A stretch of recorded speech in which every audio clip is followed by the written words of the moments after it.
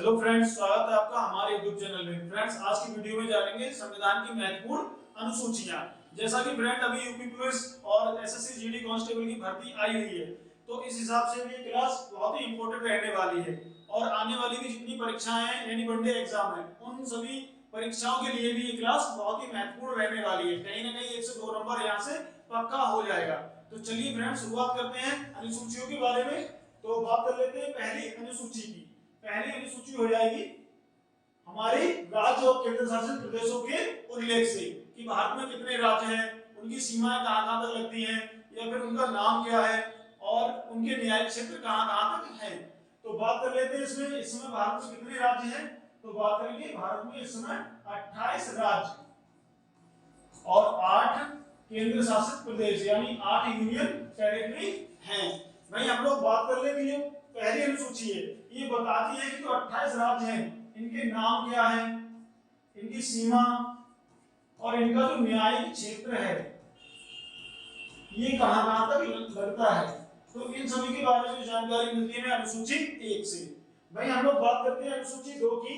तो अनुसूची 2 बताती है जितने भी महत्वपूर्ण पदाधिकारी हैं उनके वेतन भत्ते और जो पेंशन है उन सभी की जानकारी हमें कहां मिलेगी, अनुसूची 2 में मिलती है। बात करते हैं भाई अनुसूची 3 की। तो अनुसूची 3 हमें बताती है जितने भी महत्वपूर्ण पदाधिकारी हैं उनकी शपथ का उल्लेख हमें मिलता है अनुसूची 3 के अंतर्गत। अब वही बात करें क्या राष्ट्रपति, उपराष्ट्रपति और जो राज्यपाल हैं इनकी भी शपथ का उल्लेख क्या मिलता है? तो नहीं, अनुसूची 3 के अंतर्गत इन सभी की शपथ का उल्लेख नहीं मिलता है। कौन कौन लोग फ्रेंड्स? जैसे राष्ट्रपति, उपराष्ट्रपति,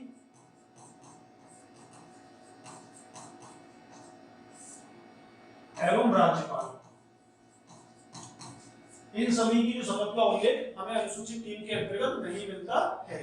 भाई हम लोग बात करेंगे अनुसूची 4 की, यानी चौथे अनुसूची में जो बताया गया है राज्यसभा में सीटों का जो बंटवारा है या फिर जो सीटों का आवंटन है वो किस प्रकार होना चाहिए। तो राज्यसभा में जो सीटों का बंटवारा होता है फ्रेंड, जनसंख्या प्रतिनिधित्व के हिसाब से होता है, यानी जनसंख्या के हिसाब से, जनसंख्या प्रतिनिधित्व के द्वारा।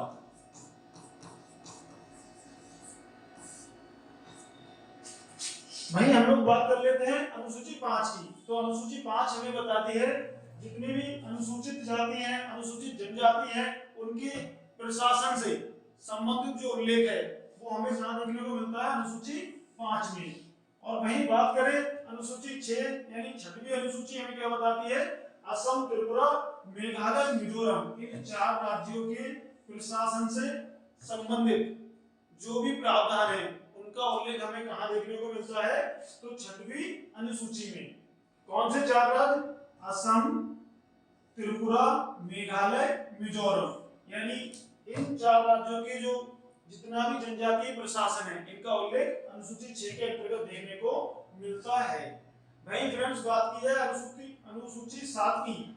अनुसूची 7 की बात करें तो इसमें संघ सूची, राज्य सूची और संवर्धित सूची के बीच शक्तियों का जो विभाजन है वो कहां देखने को मिलता है, अनुसूची 7 में। और वहीं बात करें कि जो संघ सूची है इस पर जो विषय बनाने का अधिकार होता है वो सिर्फ केंद्र के पास होता है। वहीं राज्य सूची की बात करें तो इसमें जो विषय बना सकता है राज्य और केंद्र दोनों ही बना सकते हैं। और वहीं संवर्धित सूची की बात करें तो इस पर भी जो विषय बनाने का अधिकार होता है वो राज्य तथा केंद्र दोनों के पास होता है। अब वहीं बात कर ले इनकी कुल विषयों की। तो संघ सूची में कुल कितने विषय हैं? 100। भाई राज्य सूची के विषयों की बात करें तो यहाँ पर विषयों की संख्या हो जाएगी 61 और संवर्धित सूची में वही विषय हो जाएंगे 52 विषय। दोस्तों फिर क्वेश्चन आता है कि जो शिक्षा है वो कौन सी सूची का विषय है। तो शिक्षा हमारी संवर्धित सूची का विषय है।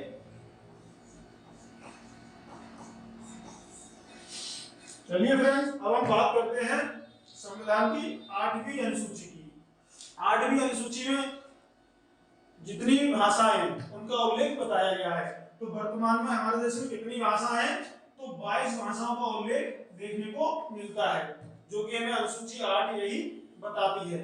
बात कर लेते हैं फ्रेंड्स 1 से लेके 8 तक अनुसूची है।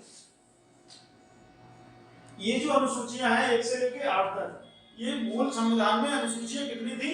तो ये 1 से लेके 8 तक अनुसूचियां हमारी थी मूल संविधान में, 1 से लेके 8 तक। और फिर बात करें 9 से लेके 12 तक जो अनुसूचियां हैं, ये संविधान संशोधन के बाद जोड़ी गई हैं। जैसा कि मैंने आपको यहाँ दिखाया है, ये दूसरे कलर से दिखाया है, तो ये संविधान संशोधन करके जोड़ी गई। बात करते हैं 9वीं अनुसूची की। तो जो 9वीं अनुसूची जोड़ी गई, ये जोड़ी गई पहला संविधान संशोधन द्वारा। पहला संविधान संशोधन, और पहला संविधान संशोधन कब होता है? तो ये होता है 1951 में, यानी 1951 में इसे जोड़ा गया। और इसका संबंध कैसे है? तो भूमि सुधार से इसका संबंध है। और वहीं हम बात करें 10वीं अनुसूची की, तो 10वीं अनुसूची का संबंध है दल बदल विरोधी अधिनियम से।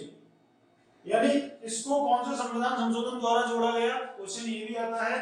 तो 52वां संविधान संशोधन हो जाएगा। और ये 52वां संविधान संशोधन कब हुआ? तो 1985 में 52वां संविधान संशोधन होता है, और इसी के तहत 10वीं अनुसूची को जोड़ा जाता है। अब हम लोग बात करेंगे 11वीं अनुसूची की। तो सबसे पहले बात करते हैं 11वीं अनुसूची का संबंध कैसे है। तो नगर पंचायत या फिर पंचायतों का प्रावधान जो हमें देखने को मिलता है, ये मिलता है हमें अनुसूची 11 में। और अनुसूची 11 कौन से संविधान संशोधन के तहत जोड़ी गई? तो जो संविधान संशोधन था वो था 73वां। और ये संशोधन होता कब है? तो समय था इसका 1992। फिर फ्रेंड्स बात आती है कि जो पंचायत है, इसके लिए कितने विषय बनाए गए हैं? तो पंचायतों के लिए विषयों की संख्या कितनी है? तो पंचायतों के लिए बनाए गए हैं 29 विषय। और वहीं फ्रेंड्स हम बात करते हैं अपनी अंतिम यानी 12वीं अनुसूची की। तो 12वीं अनुसूची का जो संबंध आपको देखने को मिलता है नगर पालिकाओं की शक्तियों से, इसका उल्लेख देखने को मिलता है। या फिर जितना भी नगरीय प्रशासन है उससे जो संबंधित अनुसूची है, वो हमारी अनुसूची कौन सी हो जाएगी? 12वीं अनुसूची। वहीं बात कर लेते हैं इसको कौन से संविधान संशोधन के द्वारा जोड़ा गया? तो संविधान संशोधन था 74वां। और ये कब होता है? तो 1992 से 1993 के बीच ये संशोधन होता है, और इसी अनुसूची के तहत 12वीं अनुसूची को जोड़ा गया। फ्रेंड्स बात आती है कि जो 12वीं अनुसूची है, इसमें कुल कितने विषय हैं? तो इसमें कुल 18 विषय देखने को मिलते हैं। 18 विषय।